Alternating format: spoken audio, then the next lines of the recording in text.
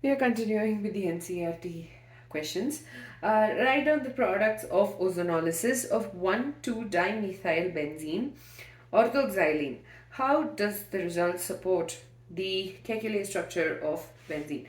So this question number 17. So they're asking us, how does the structure of orthoxylene, that is basically 1,2-dimethyl-benzene, support the Kekulé structure? Now, there are two structures which can be formed. One is this one. The other is going to be the one where the double bonds are shifted. So, let's just take this one first. And this undergoes ozonolysis. Okay, let's also consider the other structure. There is CH3 and CH3. You have the double bonds like this. So what happens when ozonolysis takes place? So here you will have the breakage of this bond. This bond is going to break and this bond is going to break. Similarly, this one and this one is going to break in the presence of O3 and ZnH2O. So the same. So what is going to happen in this case? So here, when you have the cleavage of these two bonds, so we are going to get a CH3, CO, because both these carbon atoms, this one and this one, both of them will get a double bonded oxygen, and a CH3 plus, since this one broke, you will get CH double bond O, CH double bond O. Okay, so this is called as 1,2-dimethyl glyoxal, whereas this is called as glyoxal. Similarly, in this case, you have the formation of, but here in this case, you just have the breakage of this bond. So CH3, CO, CH double bond O. This is methyl glyoxal plus again another molecule of glyoxal. So here it was noticed that, two molecules of these. Two molecules of this one. So it was noticed that there were three products which were formed, and since all the three products, when this particular molecule, that is 1,2-dimethyl benzene, underwent ozonolysis, it was observed that three of the products were formed.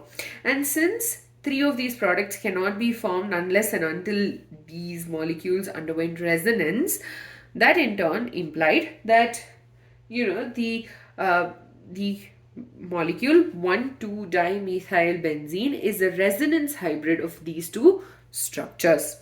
Again, I'll repeat, it was noticed that there are three products which are formed, okay, and three products forming was not possible unless and until the molecule was in itself a resonance hybrid of two of these structures, making it the case. The next one, arrange benzene, that is this one, benzene, Ethyne, and n-hexane, that is CH3, CH2, CH2, CH2, CH2, 1, 2, 3, 4, 5, 6. So we are supposed to arrange these three in their increasing or decreasing order of their acidity. Now, we know the acidity is to do with the S character. So ethyne has the maximum S character, so it is the most acidic, whereas benzene is the next because of the fact that it has unsaturation, and whereas in this case it is n-hexane is the last. Now the carbon atoms in benzene are actually sp2 hybridized, and in this case it is sp hybridized.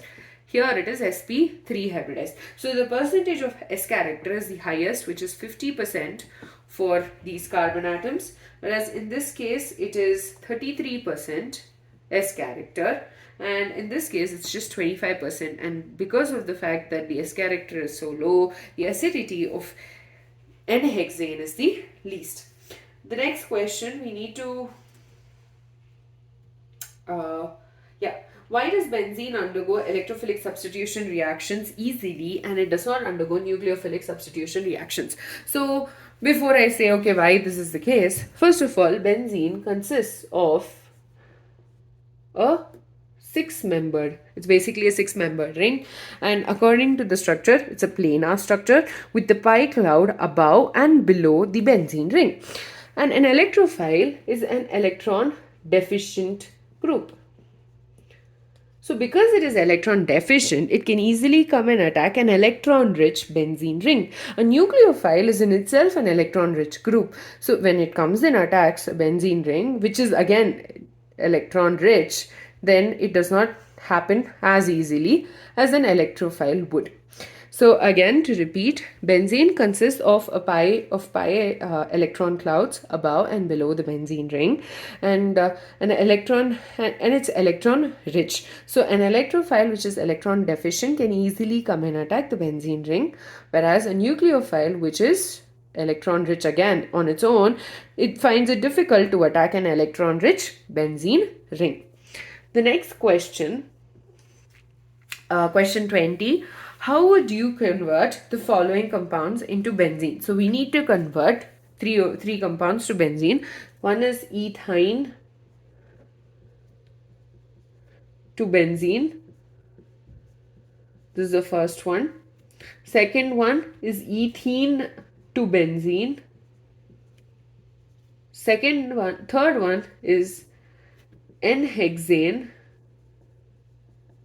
to benzene. So we need to convert these to benzene. So first of all, the first one, that is ethyne. This is the last reaction which we learned in alkynes, that is cyclic polymerization. So when ethine undergoes cyclic polymerization, it leads to the formation of benzene, and this happens in a red hot tube at 873 Kelvin. So CH triple bond CH, CH triple bond CH, CH triple bond CH. So these bonds will move around. Basically, this is going to shift upwards, this is going to shift here, this is going to shift here, and this is it. 873 Kelvin, and this leads to the formation of the benzene ring. The next one is ethene. Now we need to convert an ethene to ethyne. Okay, and then from ethyne we can easily convert it to, by this method, to benzene. So let's convert. So CH2 double bond CH2. Okay, this on reaction with bromine, what's going to happen? And CCl4. This is going to give us a vicinal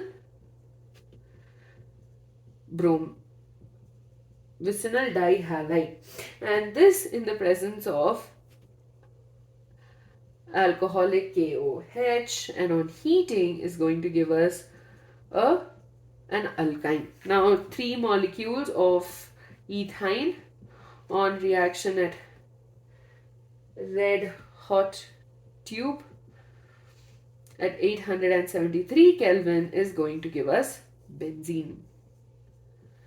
The last one is n-hexane. So this reaction was actually studied in alkanes itself. It comes under an aromatization reaction. So CH3, CH2, CH2, CH2, CH2, CH3 is reacting in the presence of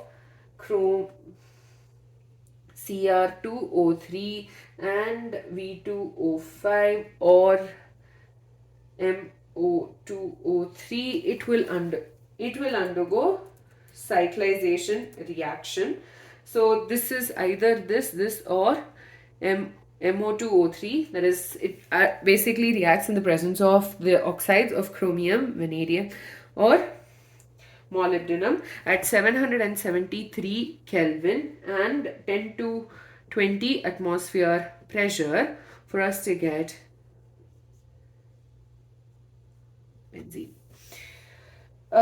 So with that, we're done with question number 20. We'll be continuing with the NCERT questions in the next video.